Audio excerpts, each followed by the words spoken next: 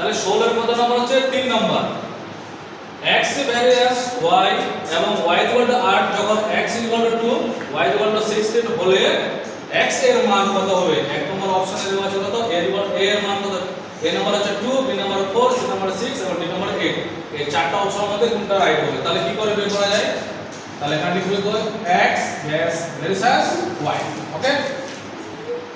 বা x এই ভ্যারিয়াসটাকে তোলার জন্য কি করব? এখানে ইকুয়াল টু k লিখব। তারপর কত আসলে এখানে y, ঠিক আছে? এটাকে কত নম্বর সমীকরণ করব? এটাকে করে দেব 1 নম্বর সমীকরণ, ঠিক আছে? আর এটাকে k টাকে এখানে লিখে দেব k অশূন্য ভেদ ধ্রুবক,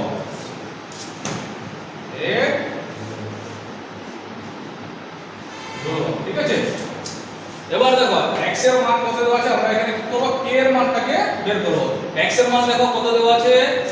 x এর মান কত দেওয়া আছে? x এর মান দেওয়া আছে কত? 2। তাহলে আমরা x এর জায়গায় কত লিখতে পাবো? 2 ইকুয়াল টু এটাকে বসিয়ে দিলাম। y এর মান কত দেওয়া আছে? y এর মান দেওয়া আছে কত? 8। তাহলে এখানে কত লিখবো? 8। বা তাহলে k ইকুয়াল টু যদি বের করি তাহলে কি হবে? k ইকুয়াল টু, তাহলে 2 এর নিচে কত আসবে? তাহলে এখানে 8। 8টা কোথায় আসবে? নিচে চলে আসবে। কাটাকাটি করো। 2 কে 2, 2 4 8। বা k ইকুয়াল কত হলো? 1/4 এর মানে হলো।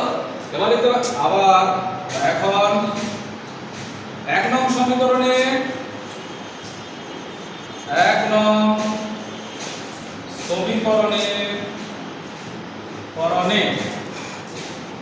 k ইকুয়াল টু 1/4,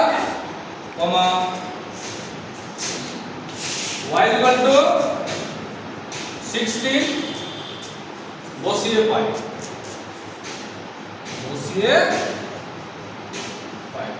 ঠিক আছে? তাহলে 1 নম্বর সমীকরণ কোনটা? এটা। তাহলে x ইকুয়াল টু এখন লেখো ky, বা এবার মান বসাও। x এর তো কিছু মান দেওয়া নাই, তাহলে x টাকে লিখে দাও ইকুয়াল টু k এর মান কত পাওয়া গেছে?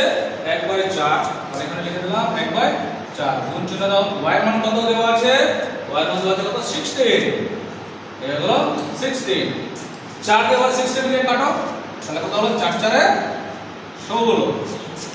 বা x ইকুয়াল কত করে? 4 1 কে 4।